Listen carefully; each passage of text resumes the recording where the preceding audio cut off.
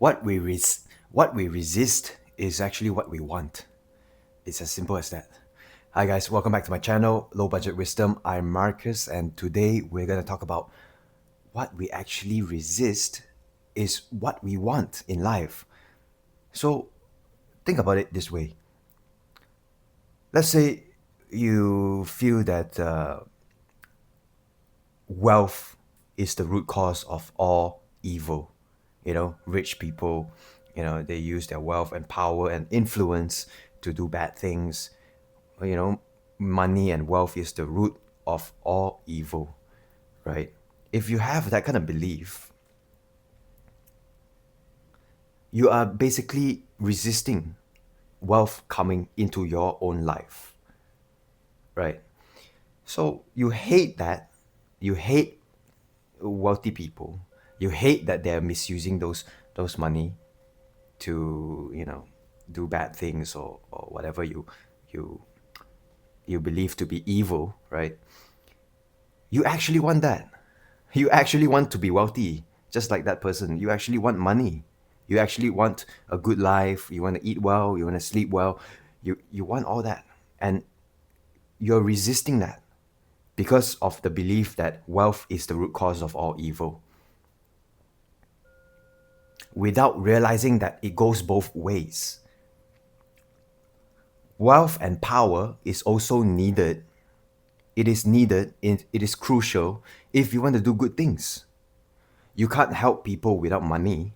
You can't help people without power or influence, right? So your perception of resisting wealth, could it be stemming from some other deeper aspects of yourself that you have not dealt with yet? Could it be some form of beliefs that you still hold from the past, from your childhood, from your peers, from how you were brought up? Wealth can definitely be used for evil. It can also definitely be used for good. Not all wealthy people, became wealthy from cheating other people, from lies and from manipulation. Not every wealthy individual who lives a luxurious good life is all bad. Certainly, that's how the news and social media wants you to believe, because that's the only thing that we like, that gets our attention. And the social media outlets, the news outlets, they know that fear and anger and hatred, attracts our attention more, and it retains our attention for far longer than if you hear about some philanthropist, planting trees over an area of land, or a philanthropist, creating a food bank. Nobody talks about that. I don't really understand why, but nobody talks about the good things that rich people do. We always focus on the you know the rich politician that got his way from manipulating other people, from creating different schemes to cheat people, to lie, to steal. We are all so attracted by all these bad things, because I don't know why does that do it for you? Why does that capture your attention so much? Why does that retain your attention so much, as compared to the philanthropist who is filthy rich and who is building houses for the homeless, feeding the homeless by creating food banks? Why do we do that? So you want to be rich, but you have the belief system that being rich equates to being evil. You see? So you're resisting wealth and a good life because of your belief that wealth brings evil, pain, and suffering. All right. But another way to look at it could be, if you're aligned with who you truly are and you are providing value based on who you truly are and your strengths, and your own purpose in life, if you're doing that, I believe that you can also get very wealthy. being wealthy, I do not mean in the mainstream sense that, oh, I can afford 10 Ferraris, 10 Lamborghinis. I live in on Beverly Hills, and I live in a mansion that costs over few hundred $1 million. I'm not talking about that wealth. Wealth to me means being able to sleep well, enjoy life, not 24/7. You have to work a bit. It's a push and pull kind of thing. You have transport systems. You have a working car. It doesn't have to be fucking new. It doesn't have to be the latest model of whatever brand. You have a phone to watch this current YouTube video. You have a roof under your head. That is considered rich. Anything else is extra.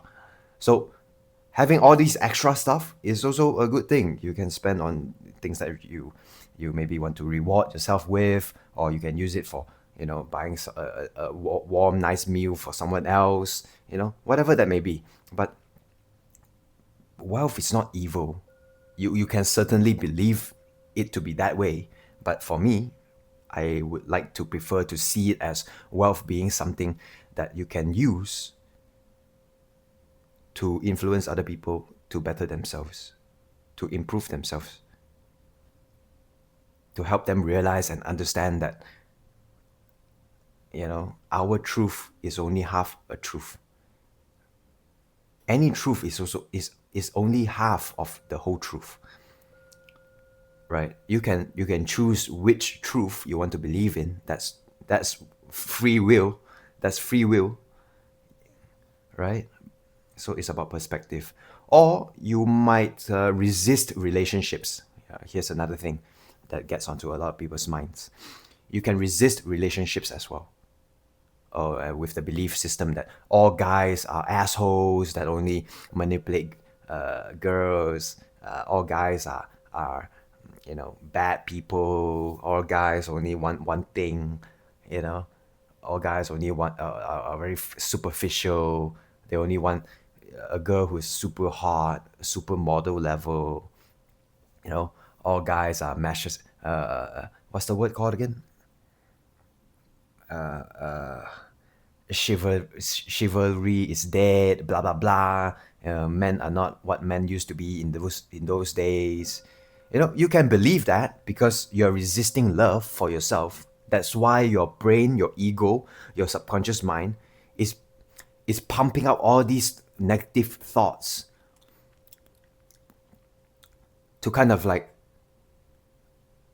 naturally repel you from these kind of people, from guys, from a relationship, because you believe that all relationships that you get into with guys is ultimately going to end very badly for yourself. It's disadvantageous to yourself. And where do these thoughts come from? Could be past memories from previous relationships. Could be from social media. Social media, you gotta stop watching all these negative things. It's feeding your mind day by day. Every single time you watch all these things, choose to cultivate your social media garden. Learn to dislike posts that don't make you feel very well, that makes you feel hatred, anger, jealousy, fear, insecurity.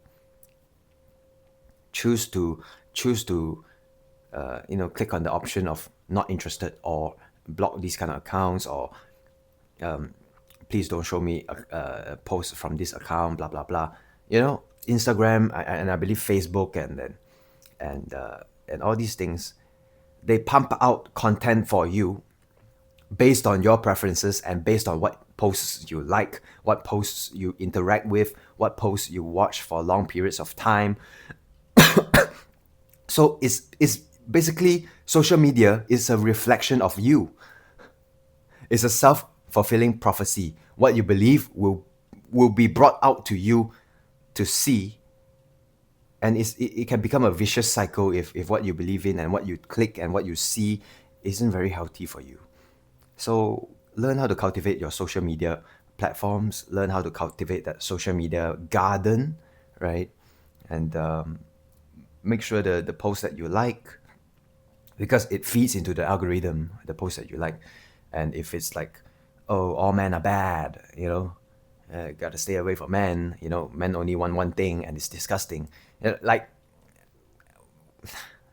does it make you happier? If it does, then please go ahead. We gotta go through that for a little while in order to learn. So different people have, they're on different paths of the journey, and I'm not trying to blame anybody. I'm just saying, if it doesn't make you feel good, why are you still watching them? Why not start now? Why not watch something better, more that resonates on a higher level, that brings you, a healthier dose of energy and motivation, confidence. I'm sure you can feel it. And for guys as well, sometimes guys would be like, oh, all girls are narcissistic, self-absorbed, self-interested species, or all girls are like that. They're hyper jealous, super controlling, blah blah blah. Does that help you?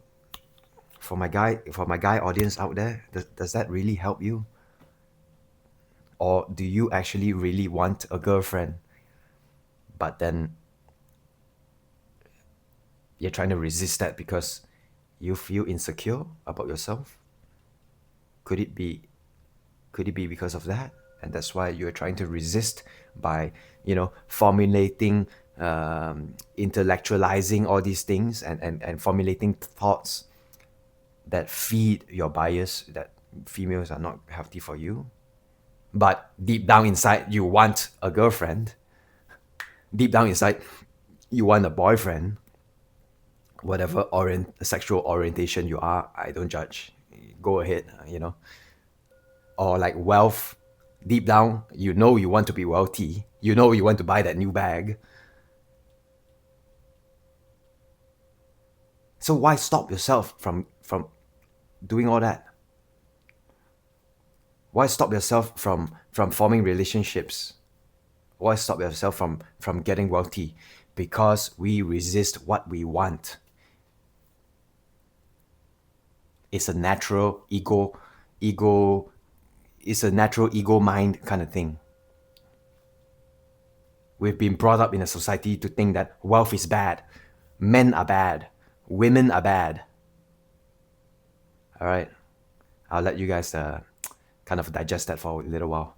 All right, thanks. This is the end of the video. Share, subscribe if you haven't already. Please like this video if it resonated somewhere deep down. And I would love to hear your comments as well if you have any.